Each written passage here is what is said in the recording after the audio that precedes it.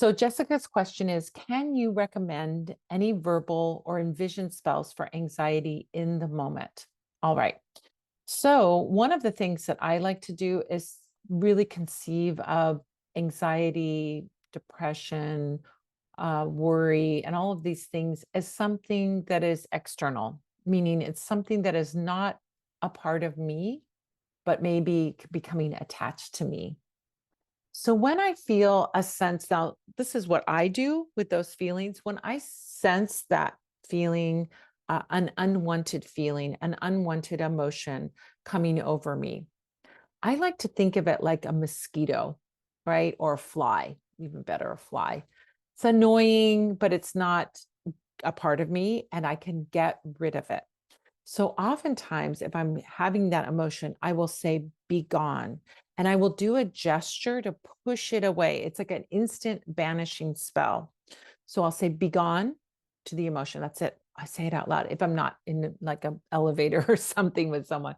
But by when you feel that anxiety coming in, you have to pay attention and notice when it's coming in. And when it's coming in, you visualize it being like a fly that you're swatting away. You're sending that fly away. You're saying, be gone. I see it as like a little entity, and I say, be gone, and I push that away. So that gesture of pushing, like you're swatting a fly, or, you can do it with your hand like that. Getting that fly to go fly away somewhere else. It works wonderfully. And this, you don't need any, if you're like in the moment, you don't have an oil, you don't have a incense sensing stick or anything else, or a bath, you can't do a bath. You can do this on the fly whenever you want, whenever you're feeling these unwanted feelings. And this is a great method for working. Just be gone.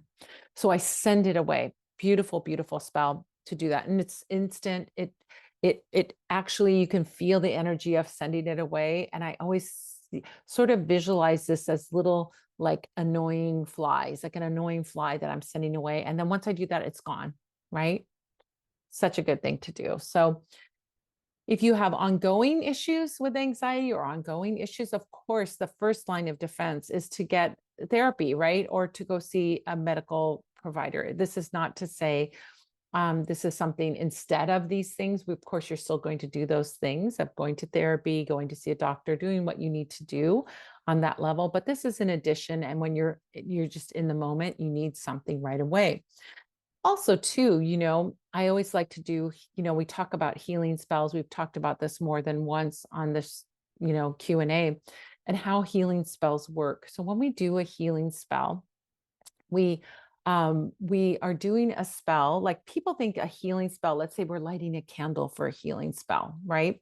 They think of it as like, oh, I'm going to light this candle and then I'm going to get better. Now, once in a while that does happen, but most of the time, really the vast majority of the time, what we're working on when we're working on a healing spell is we're working on a physical or emotional thing that's in our physical body, right? So in that situation, we would then take a candle and then we would light that candle for healing.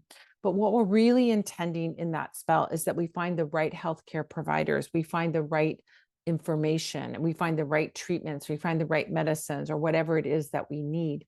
And so I think long term, if you're having issues with anxiety, you can absolutely do a healing spell to get the right, therapist or the right doctor, or the right medications if they're needed, the right information about your particular situation, and so on and so forth.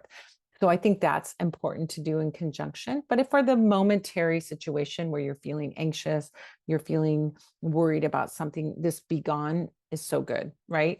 I think it's also that awareness of like your mental state and what you need, what's good for you and what isn't so good for you.